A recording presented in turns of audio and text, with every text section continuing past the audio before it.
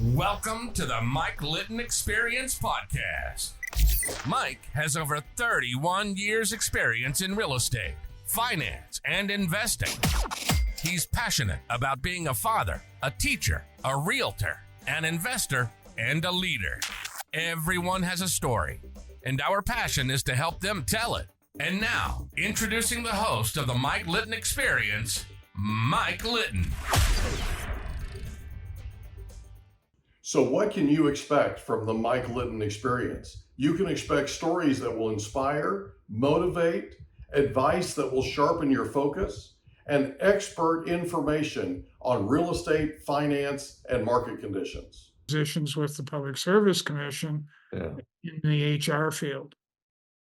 So you take these 21 Yeah. groups and put them together, combine them into one. That had to have just been wow. So you do that, and that was a major accomplishment. And then once you've got them together, now you've got to go to work leading them, right? So what happens at that point? Once you have them all combined, then where do you go? What's the next step from there? Well, the most important piece is that you coach, mentor, whatever terminology, but you have people that you've identified as leaders. And now's the time when you step up and you start to provide them the guidance that they need. I remember that they sent 3 or 4 people to a leadership development program at the university, and they came back, okay, I'm highly educated and I know all there is to do about leadership, except for this one little piece here. Ooh, I forgot this little piece over here. Yeah. And I would end up in a lot of cases sitting down with them and spending some time to say, okay, let's talk our way through, let's do this on a weekly basis. And what I want you to do is to keep track of all the things that took place during the week. Right. And we'll walk through, we'll do a reflective process. What went wrong or what went well, what didn't go well, and what are we going to do different next time? Kind of an after-action review. Yeah. And that's what we did. And there's one of them that's now a deputy minister in government. One's an executive director, and another one is a director, I believe, at least a director, if not higher. So each one, took away something from our interaction and was able to put it into practice and use it, obviously for their benefit. So how long were you in that role? 3 years. Okay. So after you do this, you combine all that, and now you're investing in the leadership and identifying leaders and developing them, right? Yeah. Then where do you go? I left and I started my own. So And this is the management consulting. no, we've kind of glossed over that. Oh, I'm sorry. Okay. Go ahead. Yeah. So I started my own, but how this came to fruition was I was job coaching university students, Okay.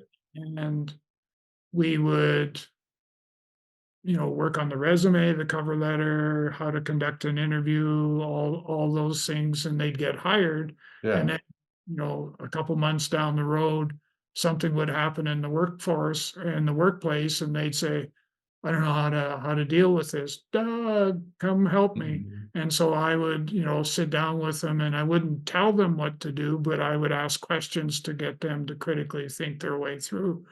And so after a period of time and referral after referral, one of them or a couple of them said, you ought to do this for a living. We can't afford to pay you, but I'm sure somebody could. And so I started to do some market research, and I found that, there is a niche there for mentoring. But what was more important was that there was a place for mentor certification. And so I went, okay, Yeah. here's what we're going to do. We're going to do some research and see what we can find. And so I found 2 organizations. one in the United States and one in Eastern Canada that provided certification uh, processes and stuff like that. So I talked to both, and it ended up I partnered with the one in the US Mhm. who had they would help me create a mentor certification based on knowledge. Okay. And so that's what we did. We did a scheme, what they call a schema, to create sort of here's the process and all that. And we did all of that. And then I, you know, I can't recall I've trained a lot of people because we had two levels of certification. And so I probably trained a couple hundred Wow. at level one. And then at level two, I probably trained, well, I used to figure, I would say probably about 15 or 20, because I used to figure there was a 10% uptake rate because there was just a bit more to do the second level. Yeah. You had to go through a lot more stuff in order to get there, as would be expected. So I partnered with the company out of the US and provided mentor certification. And I did I delivered the program in Shanghai, and I delivered the program. I made 3 trips to Dubai and delivered the program in Dubai. I certified 5 people in the old program, and then we ended up in a newer program, and I think it was only 2 people that ended up going through the certification at the entry level. Mhm. Wow. So 200 plus, that's crazy. So how long did you do that?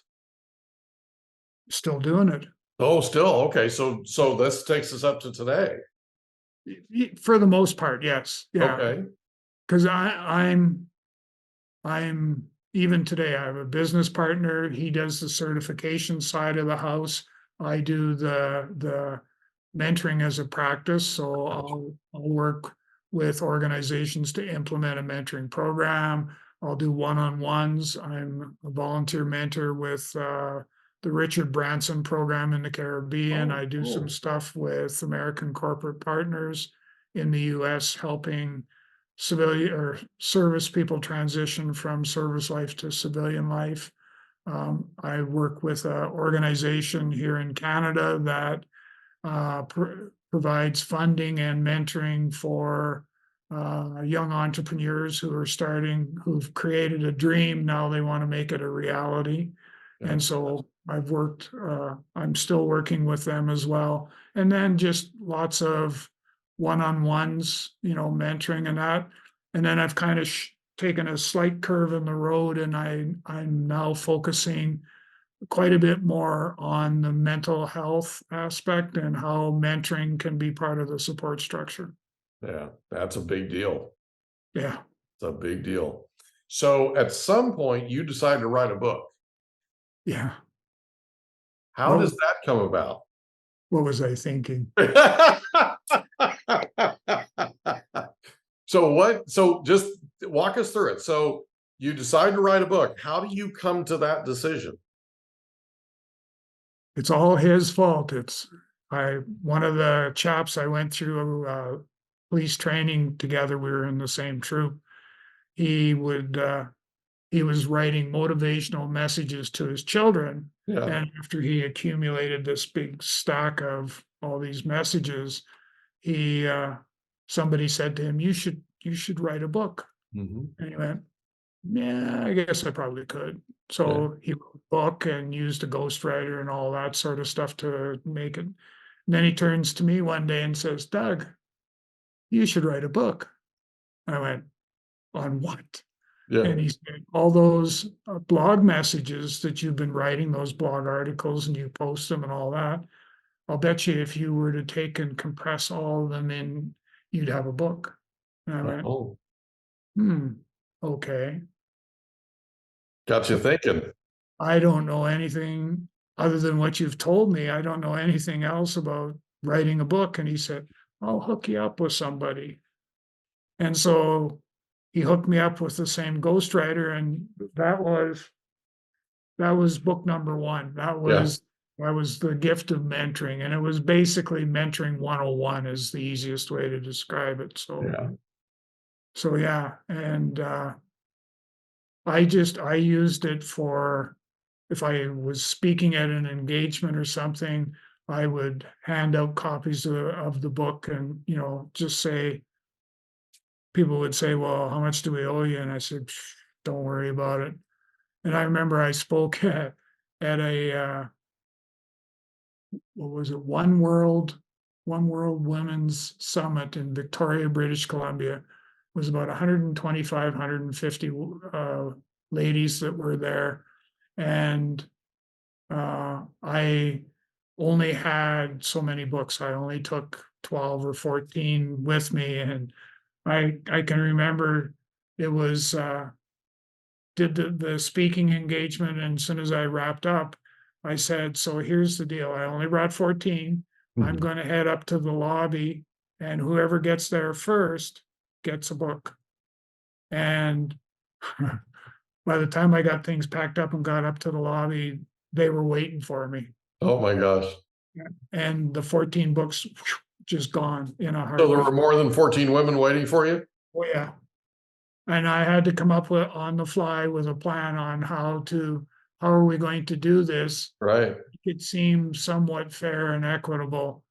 Hindsight being what it is, I should have bulk ordered a whole slack of them Yeah. and had a table in the lobby, and I probably could have, made a little bit of money. Yeah. But you Well, see, that was I didn't write the book with the intent on making money. I right. wrote the book with the intent of getting the message out there. Right. So that's book number one. Yeah. So there's a book number two. There is You Are Not Alone, and You Are Not Alone it's primarily a book about mentoring and mental health and a little bit on grief. I just kind of sort of tease you a little bit because there's a book number 3 that I'm working on, but we'll come back to that. So Right. You're Not Alone.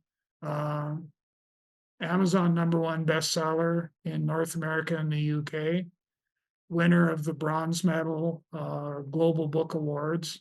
And as a result of that, I end up being, what am I now, supposedly international best-selling author, I guess is what they say. So That's awesome. Congratulations. yeah, thank you. And um, I, the difference being from book one to book two is that I'm always looking for opportunities to, number one, market the book, but number two, make a little extra money on the side. So I spoke at a workshop probably a couple months, 2, 3 months ago, Mhm. and they wanted to buy a copy of the book for each of the attendees. So that was 22 books. So, and I'm going like, so that's what this is all about. Mhm. And so uh, I just finished on the book cover. For the longest time, all I had was the #1 Amazon #1 bestseller. And just recently, I've uploaded the badge that you get for the bronze medal for the Global Book Awards, and so now I have both of them on the cover of the book. And we just did that here just in the last week, I guess it was. Yeah. But yeah. So here's a question. Hmm. What do you think the appeal is for you are not, you says you are not alone? What's the appeal, do you think? I think people relate.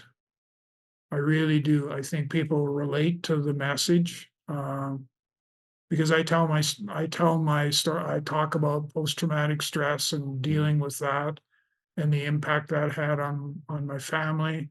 and sort of start to lay the paving stones about grief. There's some in there on grief, not as much as there is on the next one, but there's definitely it's something that, because I've had people come up to me and say, I saw myself as I was reading your book, or as I listened to you, I saw myself in your story. I've been there. So where did the post-traumatic stress come from? I had some postings where I experienced some not so pleasant things. One of the ones that I can share is that I was in a small community. There's only two of us there, two police officers, myself and my boss, and it was wintertime, and we were doing tryouts for the men's hockey team that was going to go down the highway and play the neighboring community. We were going to play hockey, and we had this young lad, 16 years of age, who came and tried out for our team and he showed really, really well. And the decision was made, we were going to take him with us. And he was absolutely blown, like had a grin on his face from cheek to cheek. And he was so pleased with himself and the fact that we would actually even entertain the idea. So he went home to tell his parents, his great news about being selected to be on the men's team. And when he gets home, of course, they were inebriated beyond any imagination and didn't want to listen to anything he had to say or anything like that. And so he ended up going in the bedroom, in one of the bedrooms, and took his own life. And so I ended up basically getting the call to go in and do the investigation. And then on top of it, so where we were located, we were 80 miles, I think it was 80 miles to the nearest city that had a morgue. And it was 8 hours. We were 8 hours away. And so I ended up, because my boss said, well, he couldn't go. And I went, yeah, okay. I ended up having to load the body into the police vehicle and drive the 8 hours to the morgue in minus 40 below weather, and then overnight, and then quickly come back. And what was interesting was that, interesting is not a good choice of words, but what ended up happening was my wife to be was in the community as well. She had ended up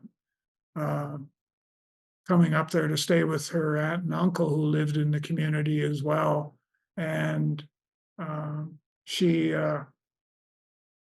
they offered her up to come with me because they didn't want me to travel by myself in that type of weather. So Deborah came with me, and there's some good and some not so good. Number one, she got to experience a bit of what it's like to deal with trauma.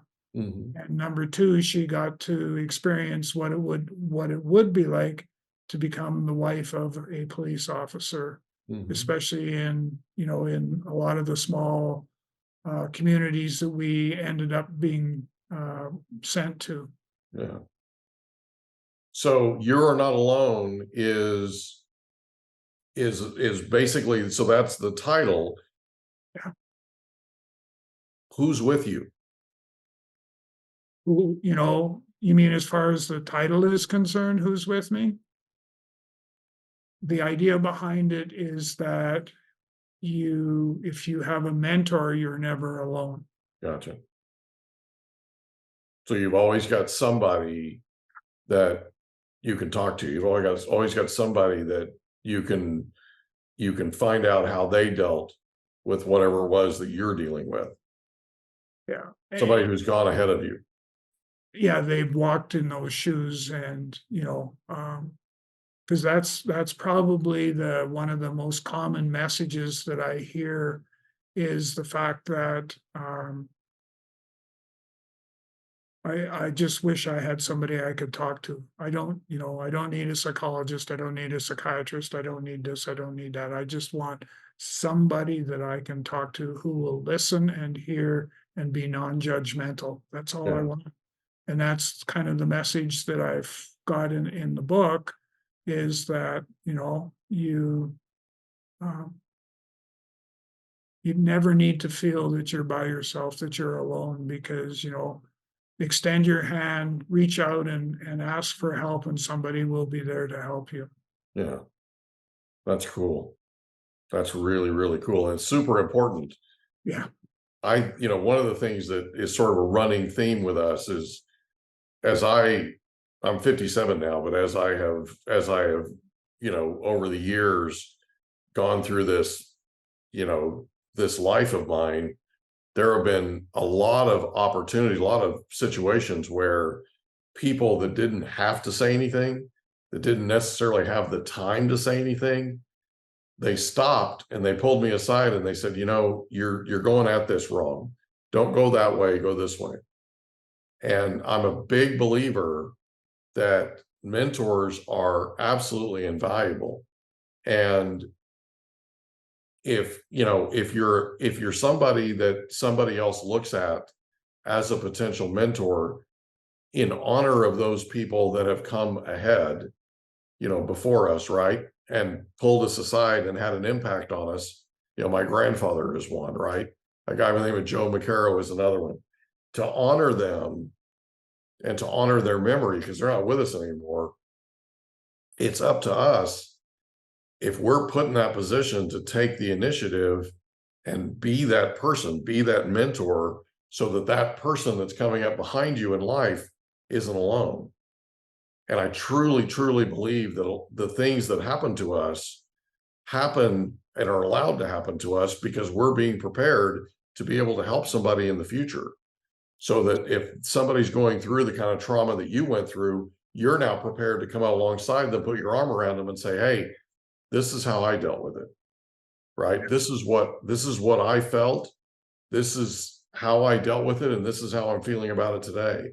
And that is absolutely incredibly important, especially when people are in a vulnerable state where they're dealing with that kind of thing and they really need somebody to come alongside them. They don't need somebody to be judgmental, like you said. They don't need judgment. They don't need opinion. They just need somebody to listen. And if they need the advice, at least you're there to give it to them, right? And to guide them. And it sounds like that's all you've done your entire life, is you've been guiding and mentoring and preparing yourself basically to write these books, which is just absolutely incredible. So what's the name of the third book? Do we have a name yet? Silent Pandemic. Okay. And that's coming out when? It'll be the fall. Okay. And so can we have you come back and talk about it when you're ready? Yeah. We'd love to have you back. You'll find it quite interesting because I tell more of Deborah's story, Right. as a result. So, because she passed away from cancer in 2021, 2021. Okay.